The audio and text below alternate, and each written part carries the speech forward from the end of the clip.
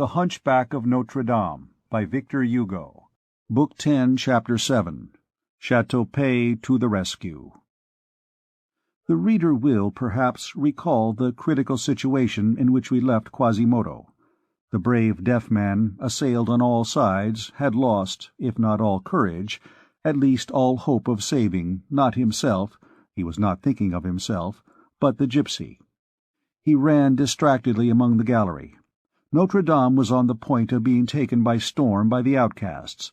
All at once a great galloping of horses filled the neighbouring streets, and with a long file of torches and a thick column of cavaliers, with free reins and lances in rest, these furious sounds debouched on the Place like a hurricane. "France! France! Cut down the louts! Châteaupers to the rescue! Provostship! Provostship!" The frightened vagabonds wheeled round. Quasimodo, who did not hear, saw the naked swords, the torches, the irons of the pikes, all that cavalry, at the head of which he recognized Captain Phoebus. He beheld the confusion of the outcasts, the terror of some, the disturbance among the bravest of them, and from this unexpected succour he recovered so much strength that he hurled from the church the first assailants who were already climbing into the gallery. It was, in fact, the king's troops who had arrived. The vagabonds behaved bravely. They defended themselves like desperate men.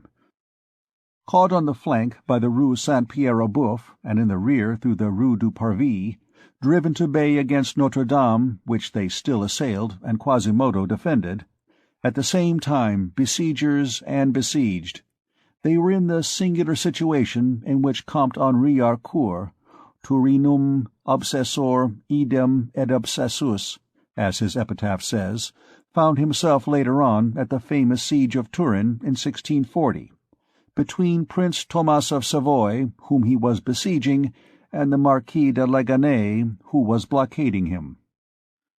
The battle was frightful. There was a dog's tooth for wolf's flesh, as P. Matteux says. The king's cavaliers, in whose midst Phoebus de Châteaupers bore himself valiantly, gave no quarter, and the slash of the sword disposed of those who escaped the thrust of the lance. The outcasts, badly armed, foamed and bit with rage. Men, women, children hurled themselves on the cruppers and the breasts of the horses, and hung there like cats, with teeth, fingernails, and toe-nails. Others struck the archers in the face with their torches. Others thrust iron hooks into the necks of the cavaliers and dragged them down. They slashed in pieces those who fell. One was noticed who had a large glittering scythe, and who for a long time mowed the legs of the horses. He was frightful. He was singing a ditty with a nasal intonation. He swung and drew back his scythe incessantly. At every blow he traced round him a great circle of severed limbs.